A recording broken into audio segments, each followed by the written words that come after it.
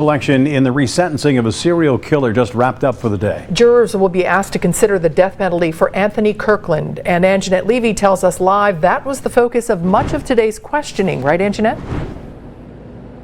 That's right, Kimmy. There were 10 or more jurors who were dismissed. They said that their feelings about the death penalty were so deeply entrenched that they could never sign off on it.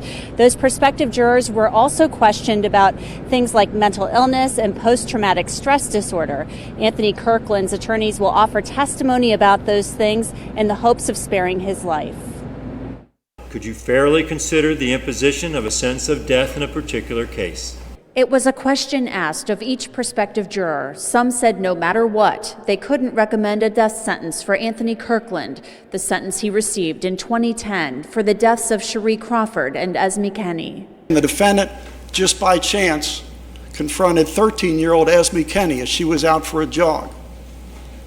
And you'll see that the defendant raped her, strangled her, burned her body, and left the scene. Kirkland confessed in detail to 4 murders, a confession the jurors will watch.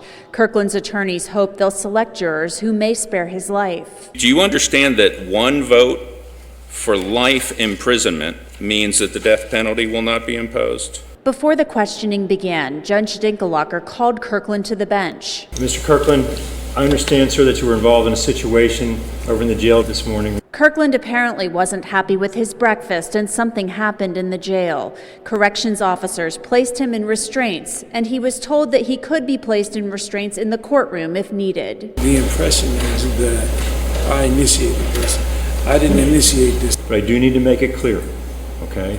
This trial is going forward, okay, with or without your cooperation. Hopefully it is with your cooperation, as it has been so far. Now, I found out that Anthony Kirkland was actually refusing to go to court this morning over this issue with his breakfast. So corrections officers at the jail had to strap him into what's called a restraint chair. That's a chair with wheels and straps on it. And they had to actually push him over to the courthouse from the jail. That's what prompted that stern warning from Judge Dinkelacker. Now, jury selection will resume tomorrow morning, and it's very possible when the jury is selected sometime tomorrow that they could be taken to the scene of one of the crimes. Reporting live at the Hamilton County Courthouse, Anjanette Levy, Local 12 News. Kimmy, back to you. All right, Anjanette, thank you. The jurors will be asked to consider 4 possible sentences for Anthony Kirkland: death, 25 and 30 years with the possibility of parole, and life without parole. Kirkland committed these murders after serving 16 years for killing his girlfriend.